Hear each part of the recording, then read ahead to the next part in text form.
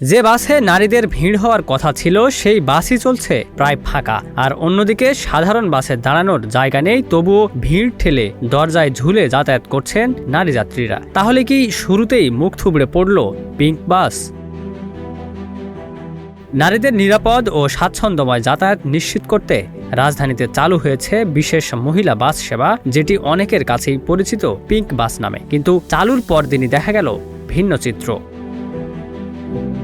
মিরপুর থেকে মতিঝিলগামী একটি মহিলা বাসের অধিকাংশ আসনই ছিল খালি। দোতলায় কোনো যাত্রী ছিল না বললেই চলে, নিচতলাতেও ছিলেন মাত্র কয়েকজন নারী। বাসটি একের পর এক স্টপেজ পার হলেও অনেক জায়গায় কোনো যাত্রী ওঠানামাই করেননি। এমনকি যাত্রী না থাকায় কিছু স্টপেজে না থেমেই চলে যেতে দেখা যায় বাসটিকে। অন্যদিকে একই সময়ে সাধারণ বাসগুলোতে ছিল উপচে পড়া ভিড়। নারী যাত্রীদের অনেককেই দেখা গেছে ঠাসাঠাসি ভিড়ের মধ্যে, এমনকি বাসের দরজায় ঝুলে যাতায়াত করতে।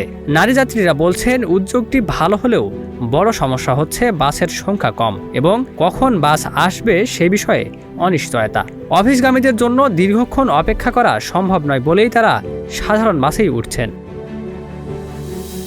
বর্তমানে ঢাকার 9টি রুটে 10টি বাস দিয়ে এই সেবা চালু হয়েছে। তবে বাস্তবতা বলছে, শুধু বাস চালু করলেই হবে না, নিয়মিত সময়সূচি ও পর্যাপ্ত সংখ্যক বাস নিশ্চিত করতে হবে।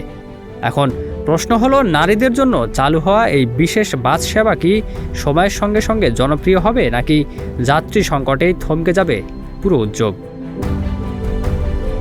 Ikramuzzaman, news flash 71।